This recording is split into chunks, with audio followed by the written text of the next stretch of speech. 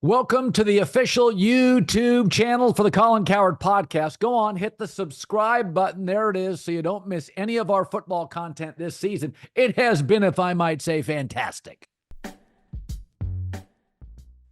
One team has Joe Burrow, Jamar Chase, elite pass rusher. One team has Bo Nix, Cortland Sutton, and no elite pass rushers.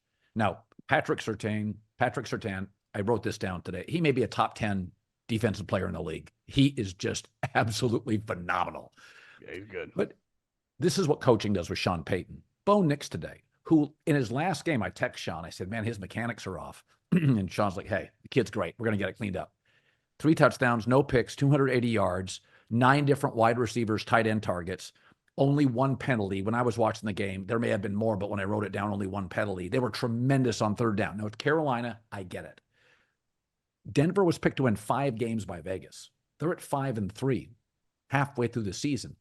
They are coaching the you-know-what out of this team. John, this is the same defensive personnel. Remember, because of Russell Wilson, they didn't have any draft picks. They got the Ellis kid out of Utah, I think 3rd round. They got Franklin, the wide receiver, who dropped a ball right through his hands today, a deep ball. And I don't even think Bo Nix would be this good. And he struggled in the first month. But I watched him today, back foot, confidence. This, if you think we're being hard on Zach Taylor, Denver is squeezing every ounce of juice. You tell me how they're generating this pass rush. You tell me how Bo Nix is throwing for 300 yards behind kind of an okay offensive line. I watch Denver and I think that is coaching. That is coaching. That's what I see. Yeah, I mean, I totally agree. I mean, I don't think Denver's roster is very good. I think Vance Joseph last year when they scored, Miami scored 70 on them. Yeah. And Sean Payton stuck with them, and by the end of the season, they were playing good defense. Their defense, like you said, beside the corner, you have to Google some of the guys on the team. Yeah. This is not Neil Smith and Bill Romanowski that you're like, oh, I don't even know who these guys are. And now we're going to find out a lot more about them on Thursday night playing that New Orleans team a week ago. I mean, that was kind of a joke squad, and I didn't even think Bo Nix was that good in that game.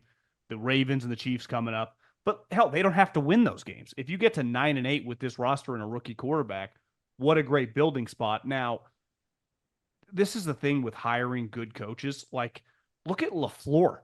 He's 6-2 with a starting quarterback in and out of the lineup, completely unfazed. You're going to look up, I don't know how many games Jordan Love, who knows how long he's out.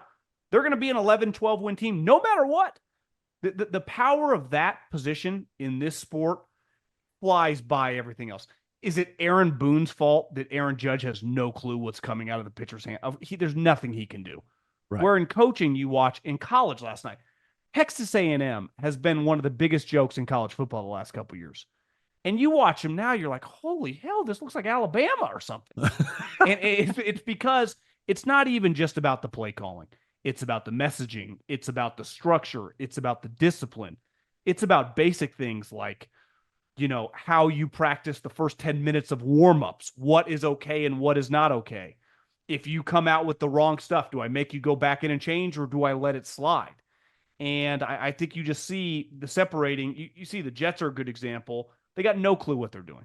It's one of the worst coaching staffs in the league. It is the worst coaching staff. And then you look, I think Denver and the Chargers are very, very good examples. They have no business. You could say the Chargers a little bit because they do have a good quarterback, an experienced quarterback to win 10 games with their roster. If I give half the coaches in the NFL, those teams, they don't sniff 10 wins, right? But I give Jim Harbaugh and Sean Payton, and what do they make a combined $35 million? They make it for a reason because you're going to feel pretty good about them winning double-digit games every year going forward. And the other thing that we don't talk a lot about with coaches, who do you hire as your staff? It's one of the Harbaugh family's great attributes. I would say Sean Payton, for the most part, has always had good coaching staffs. Yes. Dan Campbell was assistant. Dennis Allen's not a good head coach, but he's an excellent defensive coordinator. So he had a staff. And now, listen, I was skeptical of Vance Joseph, but you got to give him a lot of credit. Like, their defense is flying around. So that's your job is more than just calling plays or the draft. Right. Like, it encompasses a lot. Yeah. And the other thing, this is one of the things Sean McVay does so well. You're often asking yourself, how did Cooper Kupp and Puka Nacua get so open? Well, that scheme. I mean, it's like in the Super Bowl when Andy Reid has Sky Moore in the red zone wide open. You're like, there's only so much space. How is Sky Moore not covered at the 12? I'm watching Denver, and there were multiple times today. You're like, now again, it's Carolina, but I'm seeing this time and time again. When they beat the Jets, we thought it was a fluke. No, Denver is better with Bo Nix. They're a better football team than the Jets with Aaron Rodgers. And the Jets have significantly better players overall. Oh, no, close. Not even close. And so I'm just watching Denver today, and I'm like, this is like, and I've texted Peyton a couple of times, like, this is what a well-coached team looks like. They should have beaten Carolina badly. They did. They should have beaten New Orleans badly. They did. But they're also winning that Jets game. You look at and you think, God, it was terrible weather. Bo Nix there's no reason in the world Bo Nix goes and plays cross country. If I recall, their travel was bad, and beats Aaron Rodgers in a like a semi-tropical storm. Peyton won't get Coach of the Year, but he should be honorable mention, because I think what he's doing with this roster is incredible. Yeah, I think you just see so many examples of guys that, like, sometimes they might inherit some talent, and then as time goes on, I think Mike McDaniel is a good example. Listen, he's got a lot of friends in the media. I think, I don't know him personally, but I just think his teams have been one of the most overrated squads over the last couple of years. And now you watch them today lose to Arizona. They're soft. I mean, and they really have been down the stretch of the last year, when they should have cruised to that division championship, right, in the AFC East. Then you watch them this year. I'm not blaming them for poor offense when Tua gets the concussion, but the whole team just falls apart. And then you get him back and they look dramatically better. Like Mike McDaniel, like, yeah, he can scheme up some good plays, but can he be a good head coach? And to me, the answer is no. And they're going to be terrible. And then you look around the league at some of these other guys, like D'Amico. He's got injuries. He's got all sorts of shit going. His quarterback's not playing well. And then you just look up. It's like, yeah, they're going to be like 12-5.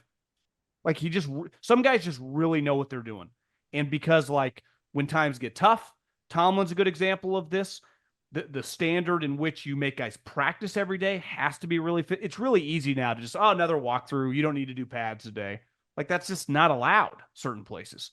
And then that translates to these games, because 80% of the games you play in the NFL are going to be pretty tightly contested in the second half. This is not college football where you look up and it's 30-10 in half the games. That's not the way the NFL works. And even the morning, you look at the slate this morning when I turn on the TVs at 10 o'clock, I'm like, this is a shitty slate. Halfway through, it's like, that's pretty entertaining. That's how I felt. It was great. Great.